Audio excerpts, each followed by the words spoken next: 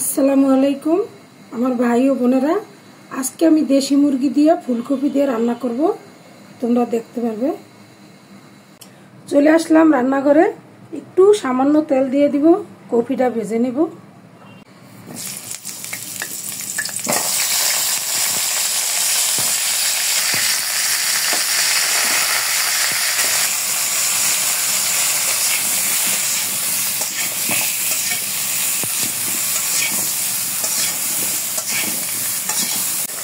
কপিগুলো ভাজা হয়ে গেছে, এখন উঠায় ফেলবো।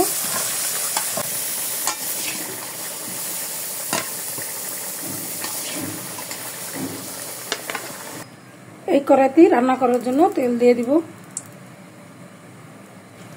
আধা কাপের মতো পেঁয়াজ বাটা, আদা বাটা 1.5 টেবিল চামচ, রসুন 1 টেবিল চামচ, জিরা ধনিয়া বাটা 2 টেবিল চামচ, শুকনো মরিচ বাটা 1.5 টেবিল চামচ, লবণ স্বাদ মতো, হলুদের গুঁড়া 1.5 টেবিল চামচ।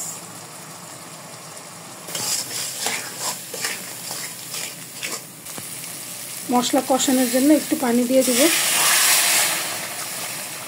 5 মিনিটের জন্য মশলাটা কষাতে হবে। মশলা কষানো হয়ে গেছে, মুরগির মাংসগুলো দিয়ে দেব।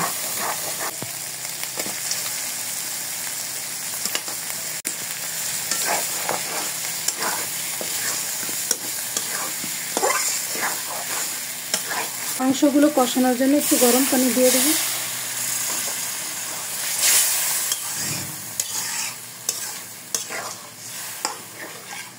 পাঁচ মিনিটের জন্য ঢাকনাটা দিয়ে দিলাম।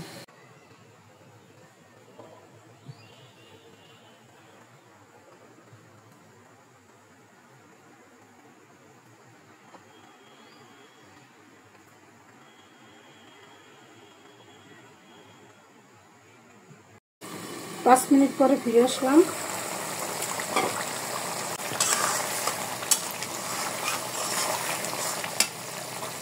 গরম মশলা দিয়ে দিলাম, তেজপাতা,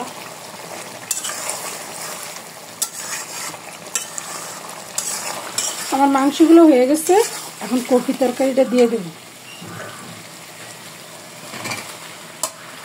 একটু মাংসর লাগে মিশায় নেই তরকারিটা। সিদ্ধ হওয়ার জন্য ঝোলের পানি দিয়ে দেব।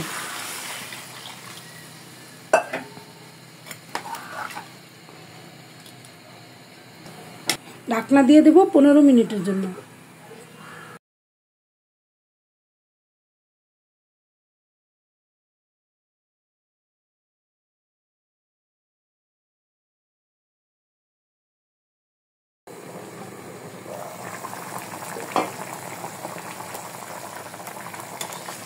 আমার তরকারিটা এখন এই পর্যায়ে এরকম আছে, আর একটু রান্না করতে হবে। আর দেব না, এইভাবেই রান্না করব। আধা টেবিল চামচের মতো গরম মশলা গুঁড়ো দিয়ে দিব।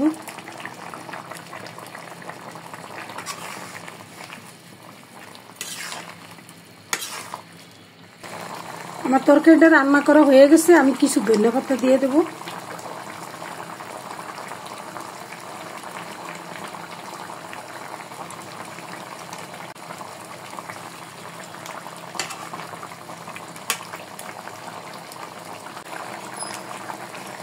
আপনারা চাইলে এইভাবে রান্না করে দেখতে পারেন, খেতে অনেক মজা। আমার রান্না শেষ, চুলা অফ করে দেব।